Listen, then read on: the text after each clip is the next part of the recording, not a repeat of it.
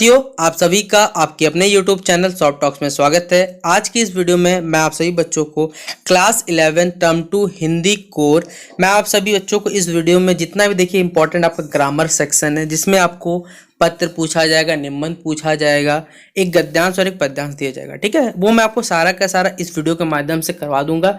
तो आप सही बच्चे वीडियो के लास्ट तक बने रहे। मॉडल सेट तो आपको पूरा पढ़ के जाना है, इसमें कोई डाउट नहीं होना चाहिए मन में कि आपको मॉडल सेट में कोई भी सवाल छोड़ना है, वो आप लोग पढ़ लीजिएगा पूरा।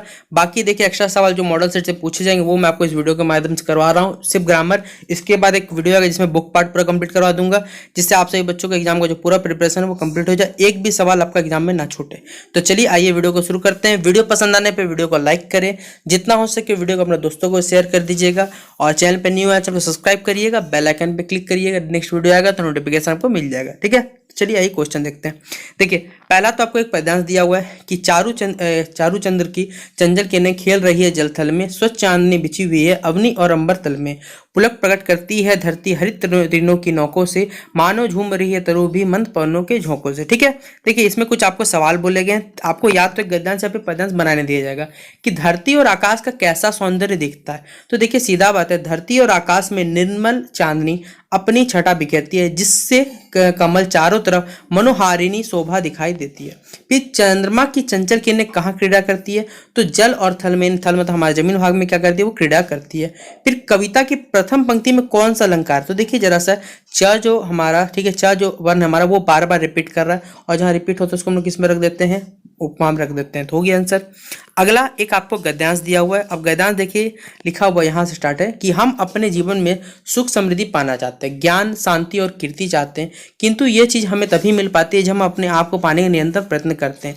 हम अपने समय के साथ एक क्षण को बहुमूल्य मानकर उसका सदुपयोग करें। इसी पे देखिए यहाँ पर लिखा हुआ है समय के बारे में क्या करना, तो इसमें पूछा हुआ है कि जीवन में देखिए सुख समृद्धि कैसे प्राप्त है। तो देखिए लिखा हुआ सीधा सीधी कि जीवन में कैसे हम सुख समृद्धि पा सकते हैं, तो जीवन में सुख समृद्धि निरंतर परिश्रमशील तथा सुनियोजित होने के द्वारा ही पाई जा सकती है। ठीक है, फिर अगला हमारा समय का विभाजन और नियोजन क्यों करना आवश्यक है, तो देखिए सीधा बात है, ढेर सारे कार्यों को सफलता और सुविधापूर्ण करने के लिए समय का विभाजन और नियोजन करना आवश्यक है। तीसरा नंबर है इस गद्यांश का, तो देखिए इसका आंसर हो गया। फिर इस गद्यांश का हमें उचित शीर्षक बताना है, तो सुख समृद्धि के सूत्र इसका सही क्या हो जाएगा, शीर्षक हो जाएगा।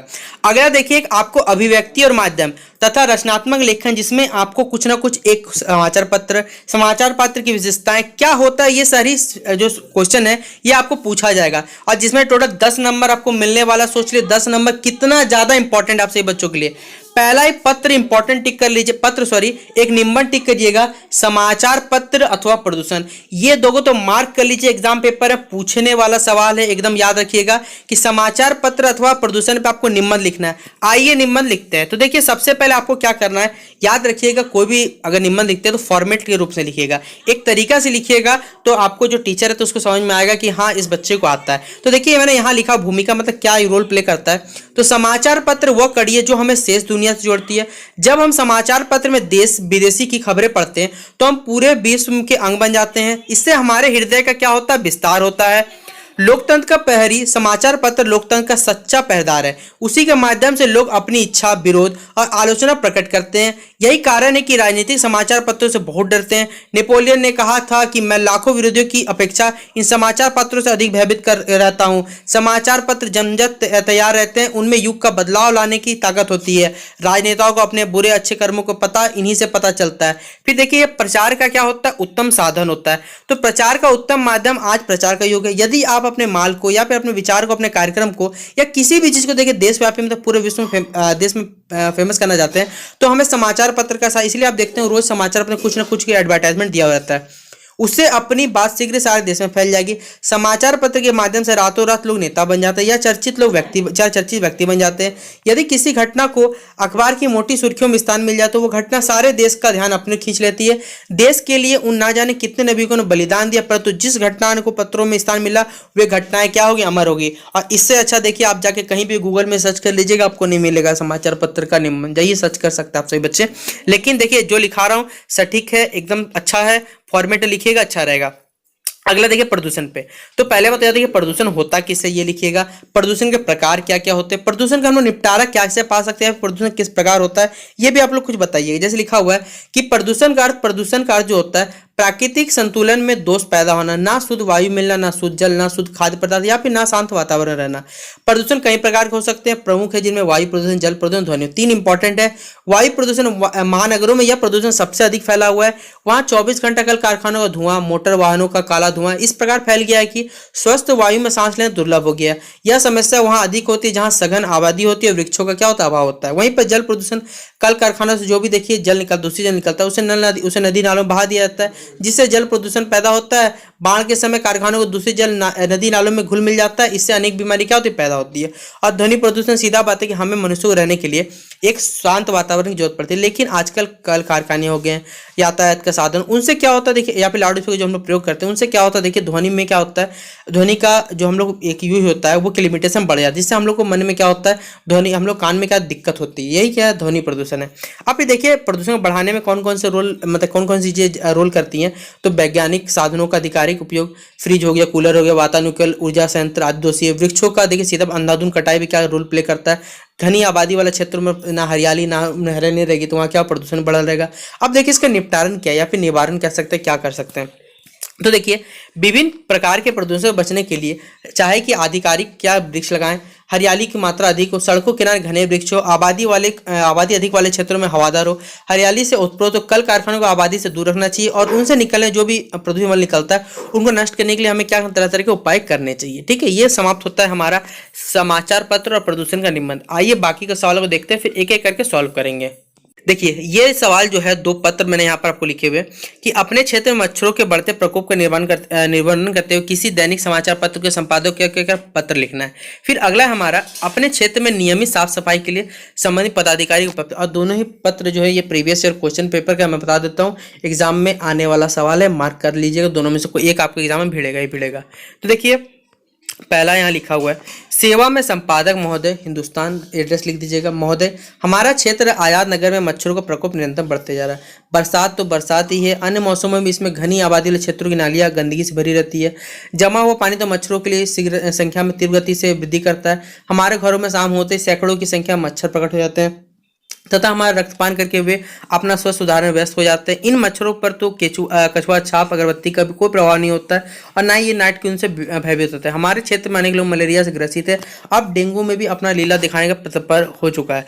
संबंध अधिकारी शीघ्र ही इस समस्या का समाधान कर इस क्षेत्र की सफाई के साथ मलेरिया निरोधक दवाइयों का छिड़काव की अविलंब व्यवस्था कराई जाए, अन्यथा इस क्षेत्र में मलेरिया एवं डेंगू के कारण अनेक लोगों की जान से हाथ धोना पड़ सकता है। ठीक है, ये हो गया। अब नीचे लिख दीजिएगा भवदिया, अपना जो नाम है लिखना चाहते हैं डेट डाल दीजिएगा, हो गया।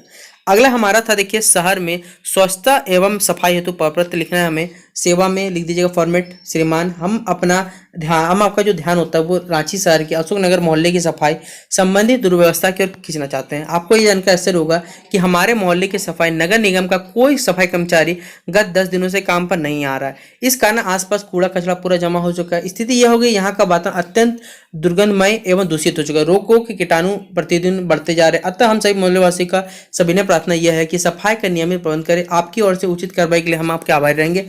धन्यवाद। भवदी अपना नाम लिख दीजिए, जो है लिख सकते हैं, या फिर काका लिख दीजिए, कोई दिक्कत नहीं है। अब देखिए हमारा जो घ नंबर का सवाल आपसे पूछा जाएगा, एक क्वेश्चन रहेगा, समाचार पत्र क्या होता है, समाचार पत्र लेखन से आप क्या समझते हैं, कितने प्रकार होते हैं। देखिए यही यहाँ पर लिखा हुआ है कि समाचार किसी भी ताजा घटना, विचार या समस्या को रिपोर्ट है जिसमें अधिक से अधिक लोगों की रुचि हो और उसका अधिक से अधिक लोगों पर प्रभाव पड़ता हो। लेखन द्वारा किसी समाचार पत्र या अन्य माध्यम से जनता को इस प्रकार सूचना देना, जागरूक, शिक्षित बनाना तथा मनोरंजन करना। पत्रकारिता लेखन का संबंध वास्तविक घटनाओं, संबंध, समस्या या मुद्दों से होता है। यह अनिवार्य रूप से तत्कालिकता और पाठकों की रुचि और आवश्यकता को ध्यान रखकर किए जाने वाला लेखन होता है। अब देखिए हमारा कि समाचार लेखन विषय तो ये 4 प्रकार की होती है। हमें समाचार में रोचकता चाहिए, नवीनता चाहिए, निष्पक्षता चाहिए एवं विश्वसनीयता का होना अपेक्षित है। तो विशाल समुदाय के लिए लेखन क्या होना चाहिए, अखबार और पत्रिका के लिए लेखक और पत्रकारों को ध्यान रखना होता है। वो ऐसे विशाल समुदाय के लिए लिख रहे हो जिसमें एक विद्वान से लेकर कम पढ़े लिखे मजदूर और किसानों सभी शामिल होते हैं। सहज, सरल और क्या रोचक भाषा शैली होनी चाहिए, यानी पाठकों के भाषा ज्ञान के साथ साथ अनेक शैक्षिक ज्ञान और योग्यता का विषय ध्यान रखते हुए जो समाचार होता है वो लेखक जटिल से जटिल एवं ग्रिड से गुड भाषाओं को भी अत्यंत सहज, सरल और रोचक भाषा शैली में लिखना है ताकि उसकी बात सबकी आसानी से क्या जो समझ में आ जाए। फिर ये देखिए वो होता है उल्टा पिरामिड शैली। तो देखिए समाचार पत्र उल्टा पिरामिड शैली में क्या आता है, इस शैली में किसी समाचार घटना, समाचार या विशेष को सबसे महत्वपूर्ण तथ्य, सूचना सूचना या जानकारी की सबसे पहले अनुच्छेद, सबसे पहला जो पैराग्राफ होता है उसमें लिखा था। इसके बाद जो भी धीरे धीरे जो क्रम रहता है, मतलब कम से बड़ा से कम से छोटा कह सकते हैं, बड़ा छोटा ग्रुप, उसे उसे क्या समराइज किया जाता है और इस तरह फॉर्मेट में लिखा जाता है। ठीक है, तो ये समाप्त होता है देखिए हमारा क्लास 11 टर्म 2।